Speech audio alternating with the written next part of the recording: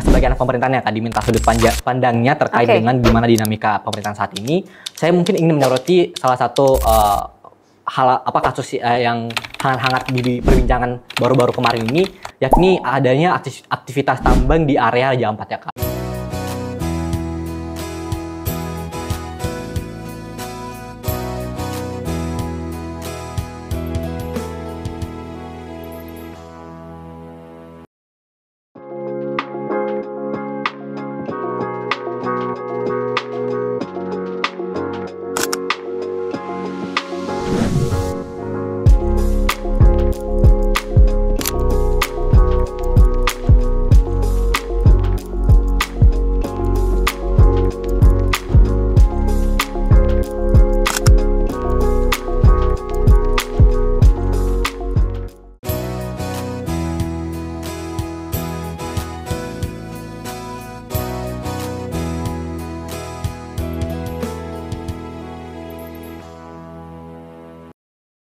Nah, baik pemirsa, jadi saat ini saya sudah bersama dengan Kak Muhammad Isra Imawan. Assalamualaikum warahmatullahi wabarakatuh, Kak Isra. Waalaikumsalam, Kak. Gimana kabar hari ini? Alhamdulillah hari ini baik, Kak. Alhamdulillah baik ya, Iya, Kak. Kak, Nah, jadi pemirsa, saat ini kami sedang berada di Mandarin Corner, lantai 2 Perpustakaan Universitas Hasanuddin. Jadi ini sebagai juga ya, mungkin ada pagi para pemirsa yang bertanya-tanya kita sedang ada di mana? Kita sedang ada di Mandarin Corner. Jadi buat para pemirsa yang sedang mencari tempat nyaman untuk belajar, kami rekomendasikan tempat ini karena tempat ini sangat nyaman untuk belajar, kemudian dilengkapi dengan AC dan juga WiFi. Nah, kita lanjut nih ke topik selanjutnya bersama dengan Kak Isra. Nah, jadi pemirsa, Kak Isra ini adalah mahasiswa Ilmu Pemerintahan Universitas Hasanuddin, angkatan 2024 ya Kak Isra? Iya, betul, Kak. Berarti sekarang semester 2 ya? Semester 2, Kak. Terbilang masih sangat muda ya pemirsa, masih aura mahasiswa barunya masih ada gitu.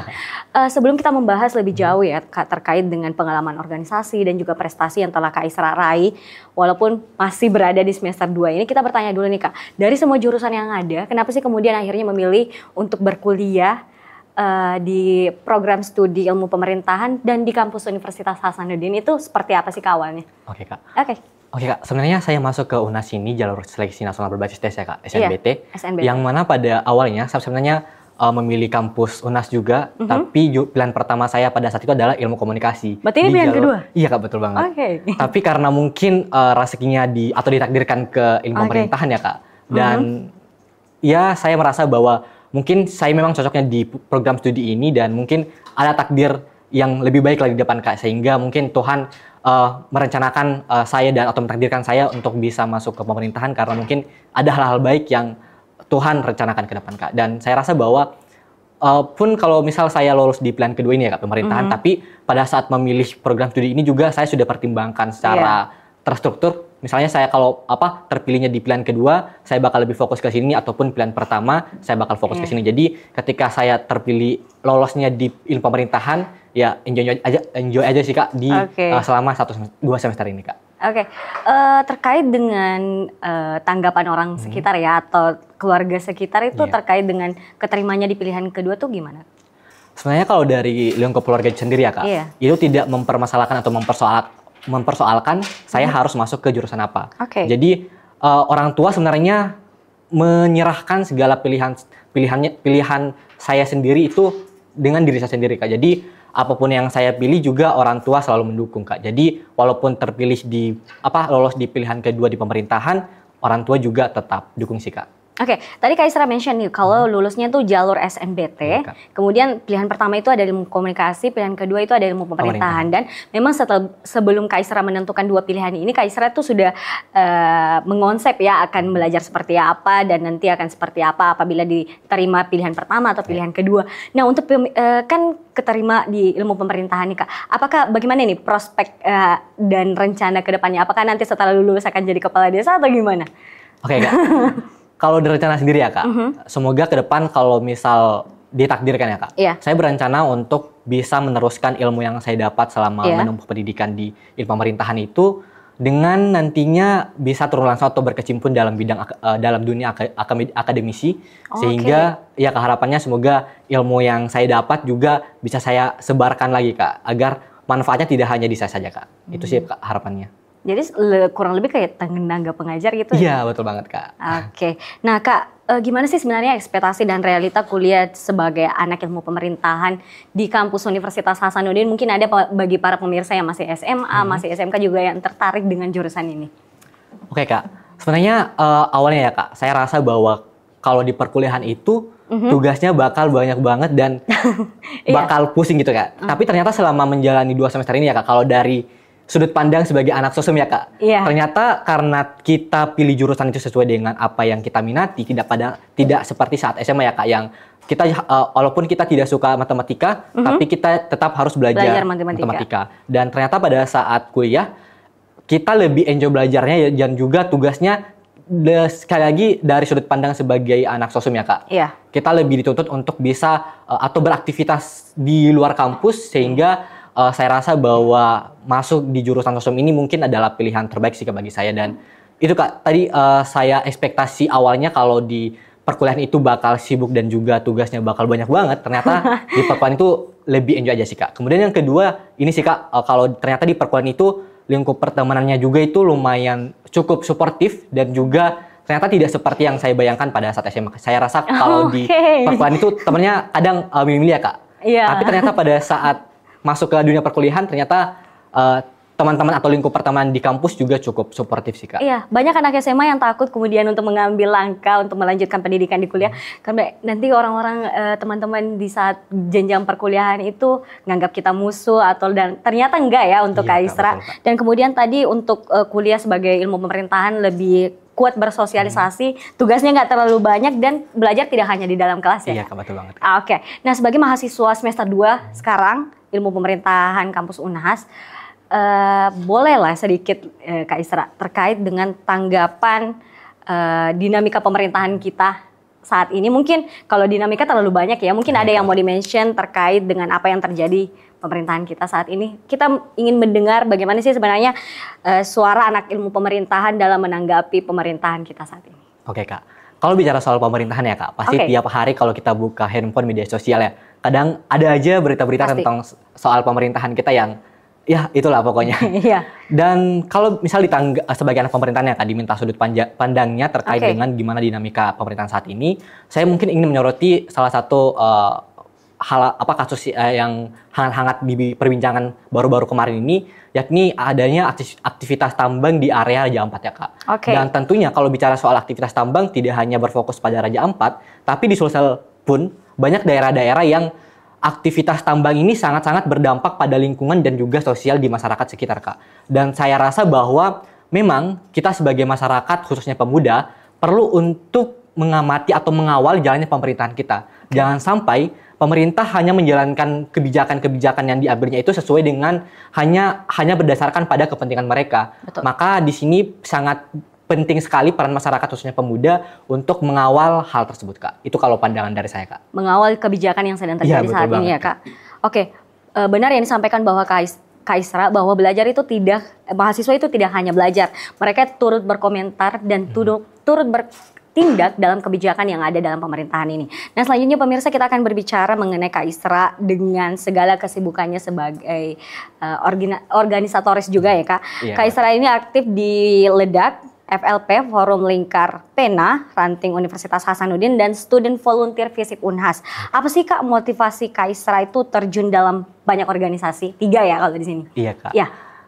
Sebenarnya organisasi yang saya masuki saat ini cukup terbilang banyak ya, karena lebih dari 1. Dan awal motivasi saya untuk bergabung ke 3 organisasi ini tentu karena beberapa alasan ya Kak. Tanpa beberapa hal, karena pada saat masuk ke perkuliahan, saya berambisi dan termotivasi untuk mengembangkan beberapa skill yang saya punya Kak. Pertama pada bidang kepenulisan, saya merasa bahwa perlu untuk turut berkecimpung dalam organisasi bidang kepenulisan agar skill saya dalam menulis itu bisa diasah ya Kak. Jadi makanya saya memilih untuk bergabung dalam Forum Lingkar Pena Kak. Kemudian yang kedua, Kak betul. Kemudian yang kedua, saya juga termotivasi untuk mengembangkan skill public speaking saya khususnya pada bidang debat. Makanya saya memilih untuk tergabung dalam LEDAK Unhas untuk melatih skill itu Kak. Dan yang terakhir, saya juga tergabung ke Student Volunteer Visip Unhas, tak lain dan tabungkan itu karena saya ingin melatih skill saya dalam bekerja sama dalam tim, sehingga dari 3 organisasi ini tentu Kak, saya merasa bahwa perlu saya memilih organisasi itu berdasarkan dengan apa sebenarnya yang ingin saya cari pada saat perkuliahan.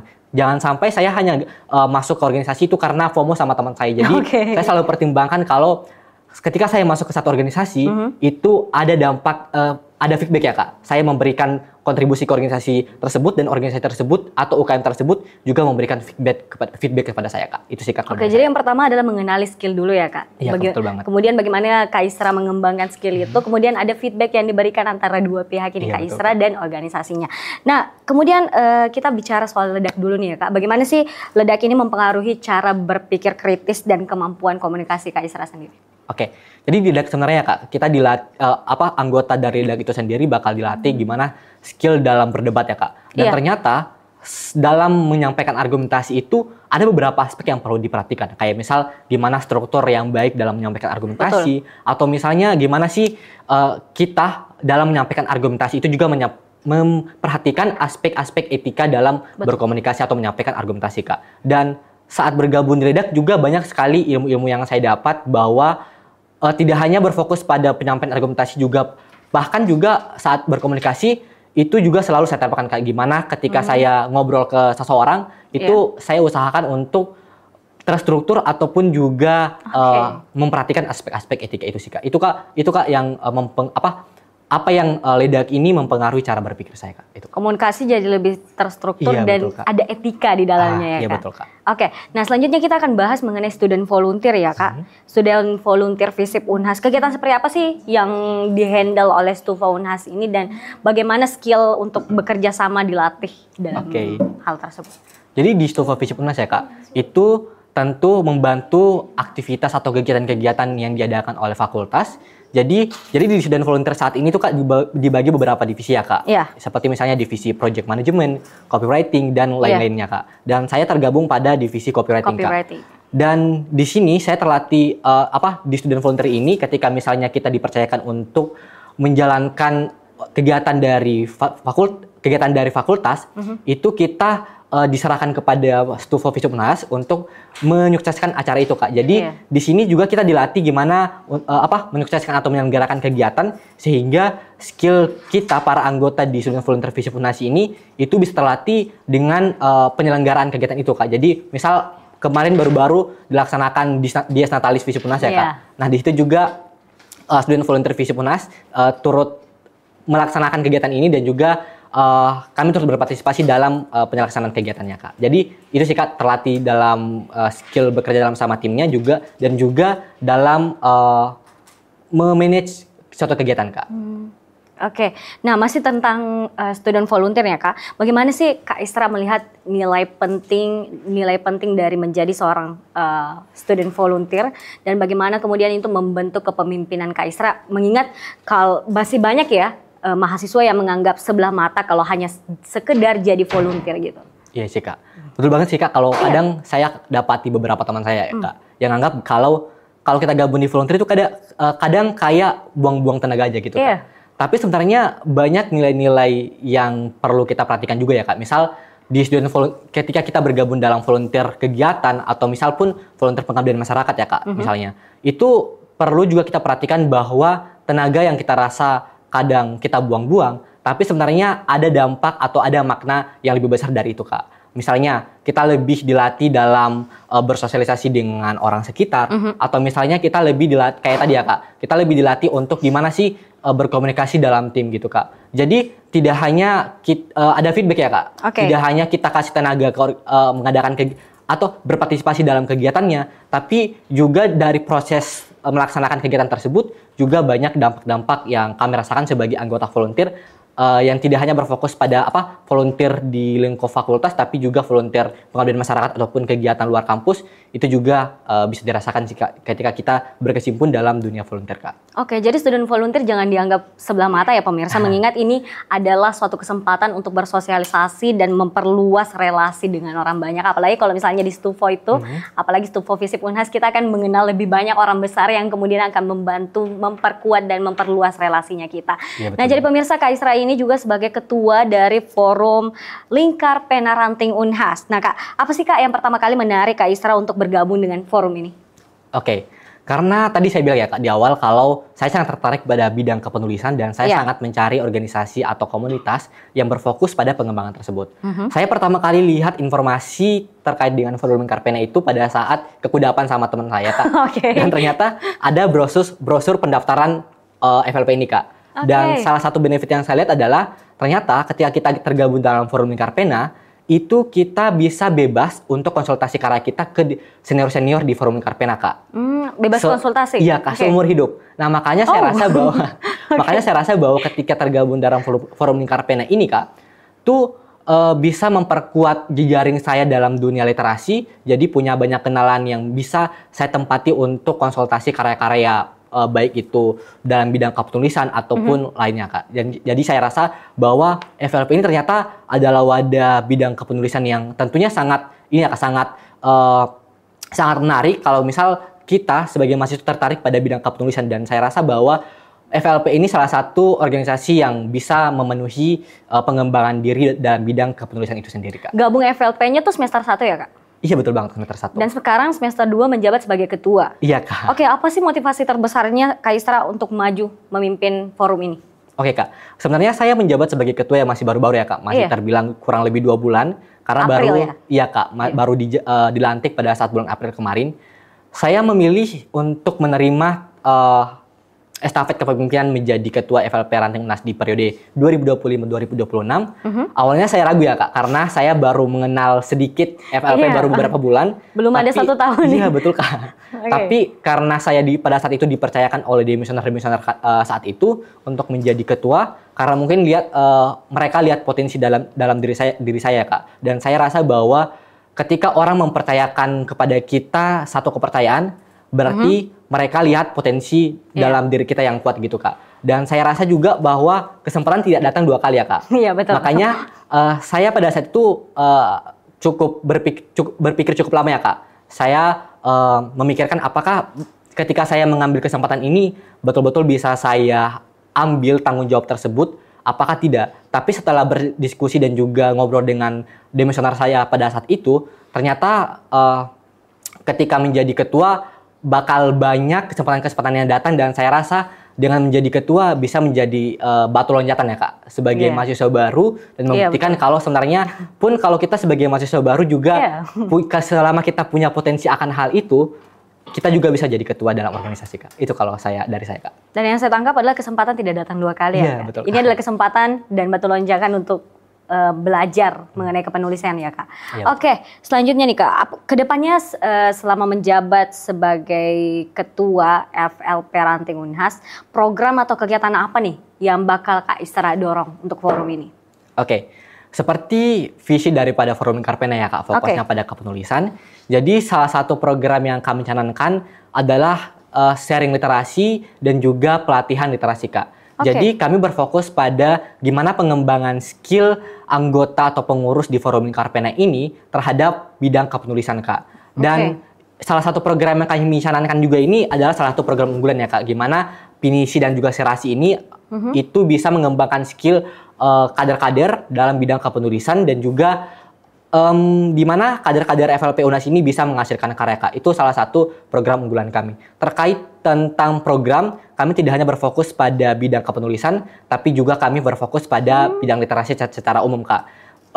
Rencana beberapa 1 bulan ke depan kami ada salah satu program lingkar buku ya Kak. Konsepnya kayak book party. Jadi pelaksananya nanti di Unhas ya Kak. Jadi fokusnya pada gimana bisa menumbuhkan minat baca mahasiswa di lingkup Unhas dengan program yang kami laksanakan ini Kak. Jadi FLP sebenarnya tidak berfokus pada kepenulisan saja, tapi juga literasi secara umum Kak. Menguatkan literasi ya Kak. Betul Kak. Oke, berbicara mengenai kepenulisan FLP, apakah ini fokus pada fiksi, opini, atau esai ilmiah? Oke Kak, jadi FLP sebenarnya ya Kak, tidak berfokus pada satu bidang penulisan saja Kak. Jadi di FLP itu kita betul-betul dilatih dari segala bidang kepenulisan Kak. Baik itu opini ataupun juga karya tulis ilmiah lainnya, itu juga kita dilatih dalam forum lingkar pena ini Kak. Tidak hanya fokusnya pada cerpen ataupun puisi ya Kak, fiksi ya Kak, tapi juga kepenulisan pada bidang ilmiah juga dilatih dalam organisasi ini Kak.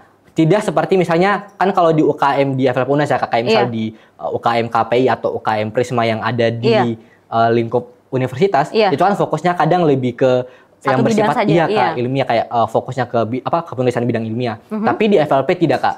Kita sebagai yang terbilang masih organisasi eksternal, kami juga berfokus pada kepenulisan fiksi dan juga pada kepenulisan ilmiah Kak. Itu jadi tidak hanya berfokus pada satu aja ya Kak? Betul, Kak. Oke, nah tadi sempat di-mention oleh Kak Isra pemirsa bahwa salah satu program yang akan didorong oleh FLP ini adalah penguatan literasi ya Kak. Betul. Nah, apa sih Kak sebenarnya tantangan paling signifikan dalam menghidupkan semangat literasi di tengah era media dan sosial yang serba instan ini?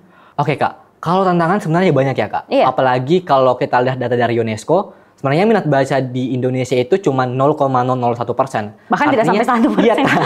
Artinya dari 1.000 orang cuma 1 yang punya minat baca yang tinggi Kak. Nah ini yang menjadi landasan kenapa kami dari FLP beberapa bulan ke depan itu ingin menghadirkan kegiatan yang tadi saya bilang Kak, yakni lingkar buku. Karena kami rasa bahwa perlu untuk menghadirkan kegiatan peningkatan minat baca mahasiswa sehingga yang menjadi tantangan misalnya seperti saat ini ya Kak, di era digital sekarang kan mahasiswa kadang lebih sering main media sosial ya Kak, dominan ya Kak.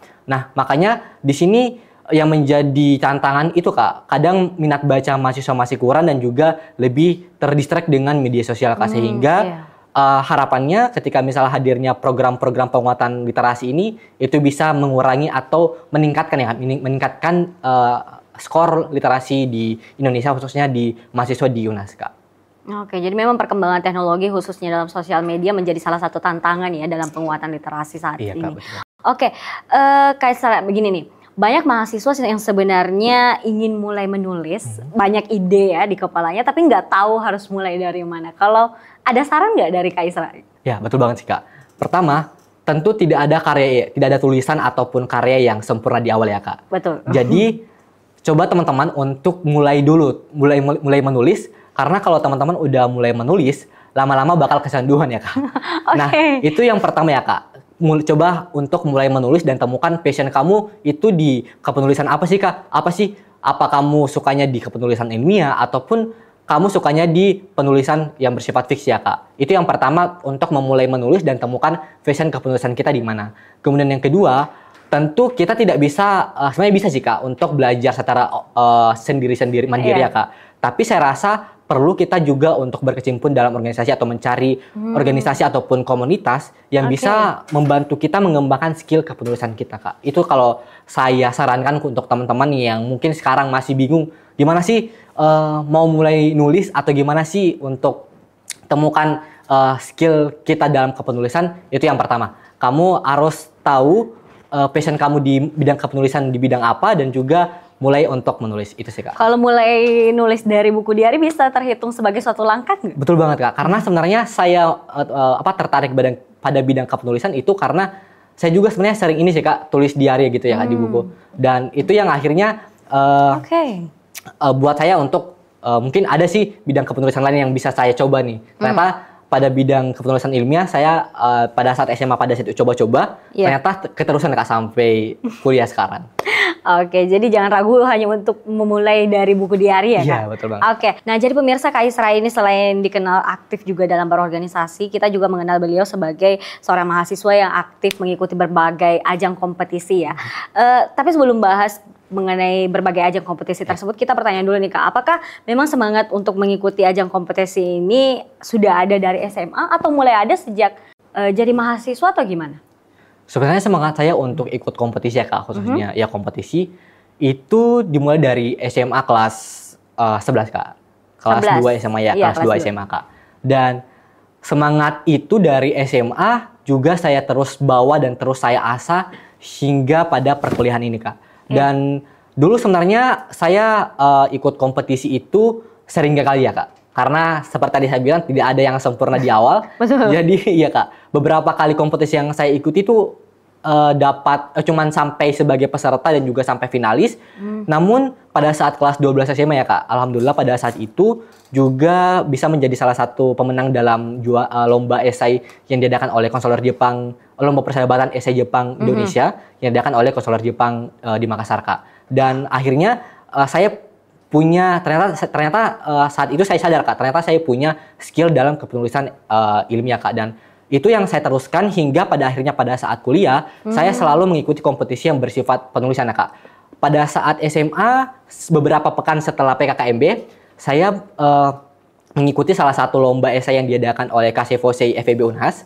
Dan alhamdulillah dari beberapa pendaftar ternyata tim saya pada saat itu walaupun terbilang masih 2 pekan ya Kak, 2 pekan setelah PKKMB ternyata tim saya bisa masuk ke finalis Kak, dan itu yang terus saya bawa terus semangat saya untuk mengikuti kompetisi yang terus saya bawa hingga saat ini dan seterusnya Kak. Dan Kak Isra yang hari ini bukan Kak Isra yang tiba-tiba menang aja, pasti ada gagal dan jatuhnya sebelum itu ya Kak? Iya betul banget Kak. Oke, nah Kak, baru-baru ini Kak Isra berhasil meraih sebagai juara 3 gagasan sosial inovatif bersama Kedutaan Besar Australia yang diselenggarakan oleh Narasi ya Kak? Iya betul Kak. Oke, mungkin boleh nih diceritakan kepada para pemirsa terkait apa yang Kak Isra bawa hari itu. Oke Kak, pada saat mengikuti kompetisi gagasan sosial inovatif ini ya Kak yang diadakan oleh Narasi dan juga bekerja sama dengan Kedutaan Besar Australia, pada saat itu saya mengangkat masalah terkait dengan gimana minimnya literasi digital di kalangan orang tua ya Kak, di masyarakat, khususnya di orang tua dan juga guru. Dan saya mengangkat gagasan terkait dengan gimana perlunya pelatihan literasi digital yang saya beri nama dengan kelas keluarga cakap digital. Pada saat itu ide yang saya gagas ini saya susun saat H-1 pendaftarannya pada saat itu. Dan awalnya saya nggak expect ya Kak, karena saya rasa bahwa ide yang saya gagas ini cuma simpel Kak. Ternyata ide yang saya gagas ini walaupun saya rasa cukup simpel, tapi Dewan Juri lihat bahwa memang ide yang kadang kita rasa simpel punya impact yang besar jika dilaksanakan Kak. Dan itu yang pada akhirnya ketika misalnya diumumkan sebagai salah satu finalis dari 100 lebih pendaftar, ternyata saya bisa berkesempatan untuk menjadi salah satu finalis di kompetisi ini, dan alhamdulillahnya lagi ternyata saya bisa menjadi salah satu pemenang dalam kompetisi ini, tepatnya sebagai juara 3 ya Kak. Awalnya saya cukup ragu ya Kak, karena ini salah satu kompetisi yang saya rasa cukup ini ya Kak, cukup terkesan bagi saya karena dewan jurinya itu langsung dari Rektor Unhas Prof JJ, Kedubes Australia, dan juga Kak Jo sebagai bagian dari Narasi yang pada saat itu menggantikan Mbak Nana karena lagi berduka ya Kak pada saat itu. Itu sih Kak kenapa saya proses saya mengikuti kompetisi ini. Oke, jadi persiapannya H-1 ya Kak? Iya Kak. Tapi idenya udah ada dong sebelum itu? Iya betul banget Kak. Jadi konsepnya baru H-1 ya? Iya. Terkait dengan keluarga cakap digital, strategi penguatan peran orang tua dan guru di era disinformasi ya Kak. Oke, kan ada banyak nih prestasi yang udah Kak Isra raih. Di antara semua itu yang mana sih paling berkesan? Ataukah yang terakhir ini yang paling berkesan atau gimana? Kalau paling berkesan ya Kak, kalau baru di bulan Mei ini kemarin ya Kak, baru-baru dapat sebagai juara 1 video lokal yang diadakan oleh IPB University, dan juga ini Kak, yang juara 3 sebagai kompetisi gagasan sosial inovatif Kak. Kalau dari 2 kompetisi ini tentu yang paling berkesan yang kompetisi gagasan sosial inovatif ini dong Kak. Karena tadi yang saya bilang, karena dewan juri dari setiap kompetisi yang saya ikuti, kayaknya dewan juri yang paling wow saya rasa kompetisi ini deh Kak, karena langsung dari Rektor, Kedubes, dan juga Kak Jo ya Kak, dari Narasi. Itu sih Kak. Jurinya juga nggak kaleng-kaleng ya Betul Kak. banget, ada Kak. Rektor, ada Duta, dan ada juga Kak Jo ya, perwakilan dari Narasi. Nah selanjutnya nih Kak, apakah ada rutinitas khusus atau cara belajar ala Kak Isra yang biasa Kak Isra terapkan sebelum mengikuti kompetisi atau gimana? Oke Kak, kalau mengikuti kompetisi ya Kak, tentu saya selalu bagi dalam beberapa tahap ya Kak. Pertama, tentu saya cari dulu informasi lomba yang ingin saya ikuti. Kemudian saya juga cari tahu apa sih sebenarnya aturan dalam kepenulisan dalam lomba tersebut. Sebagus apapun karya ataupun gagasan yang kita usulkan, kalau tidak sesuai dengan aturan main dari panitia pelaksana, tentu ide kita sama saja dikali nol gitu ya Kak. Makanya yang paling utama yang saya lakukan yang pertama adalah gimana saya betul-betul membaca aturan pada buku panduan dalam kompetisi tersebut Kak. Kedua, kalau misalnya kompetisi yang saya ikutin bersifat tim, tentu saya bakal cari rekan tim yang berkompeten dalam bidang tersebut Kak. Dan saya betul-betul cari rekan-rekan yang punya kemauan untuk belajar dan punya kemampuan untuk bekerja sama dalam tim Kak. Yang ketiga, saya selalu setelah punya tim dan juga sudah baca baik-baik aturan dalam lomba tersebut, saya merancang ataupun mengatur jadwal ya Kak, jadwal persiapan dari pada saat hari itu hingga pada deadline pengumpulan karya tersebut Kak. Jadi saya selalu bagi 3 tahap Kak. Pertama, baca baik-baik buku panduannya. Kedua, cari tim yang betul-betul bisa berkompeten dalam bekerja sama dalam tim dan juga mau belajar. Dan yang ketiga, atur timeline pelaksanaannya dari hari kita ingin memulai menyusun naskah atau mengikuti lomba tersebut hingga pada deadline lombanya Kak. Oke, nah itu pemirsa tips dan trik ala Kak Isra dalam mengikuti berbagai macam kompetisi nih Kak. Nah, pemirsa sebelum kita menutup perbincangan kita hari ini ya Kak Isra, mungkin terbilang masih panjang ya karena masih semester 2, tapi gimana sih nanti perencanaan Kak Isra setelah lulus sebagai seorang sarjana ilmu pemerintahan Universitas Hasanuddin? Apakah ingin melanjutkan akademiknya untuk lanjut S2 atau ingin fokus ke penulisan atau seperti apa Kak? Kalau setelah lulus S1 di pemerintahan pemerintahan ya Kak, saya berencana untuk mencoba mendapatkan beasiswa untuk melanjutkan pendidikan di S2 ya Kak, ke luar negeri kalau misal memang ada rezeki untuk itu Kak. Dan saya rasa perlu untuk kita sebagai mahasiswa dan juga pemuda untuk menggapai pendidikan setinggi-tingginya Kak gitu. Makanya saya rasa bahwa ketika lulus kuliah nanti, kalau punya kesempatan untuk melanjutkan pendidikan bahkan hingga S3, siapa yang tidak mau gitu kan? Dan ya harus sih Kak untuk kita menggapai pendidikan setinggi-tingginya. Jadi berusaha untuk mendapatkan beasiswa untuk jenjang pendidikan selanjutnya ya Kak? Betul. Memang keinginan untuk terus belajar itu ada ya Kak. Apakah kampus impiannya sudah ada? Terkait tadi sudah di-mention di luar negeri, apakah sudah ada kampus impian yang diimpikan gitu? Kalau impian sebenarnya ada ya Kak. Tapi walaupun sebenarnya kalau sekarang masih terbilang cukup ini ya Kak, cukup belum mungkin masih ragu Kak apakah bisa tergapai atau tidak. Tapi kalau misal ada rezekinya untuk bisa melanjutkan pendidikan ke Harvard University, ya semoga ya sih Kak. Kita bantu doain ya. Oke deh. Baiklah pemirsa, itulah tadi perbincangan kita bersama Kak Isra yang juga sebagai Ketua FLP Ranting Unhas. Semoga perbincangan kita hari ini menambah wawasan para pemirsa, terutama dan terkhusus dalam dunia kepenulisan ya. Sekali lagi kami ucapkan terima kasih banyak kepada Kak Isra atas waktu dan kesempatannya untuk berbincang bersama. Kami ucapkan juga terima kasih kepada para pemirsa Unhas TV yang selalu setia menyaksikan Unhas Story. Dan untuk itu saya Zara Sabita Sucem beserta seluruh kru yang bertugas pamit undur diri dan sampai jumpa di episode berikutnya.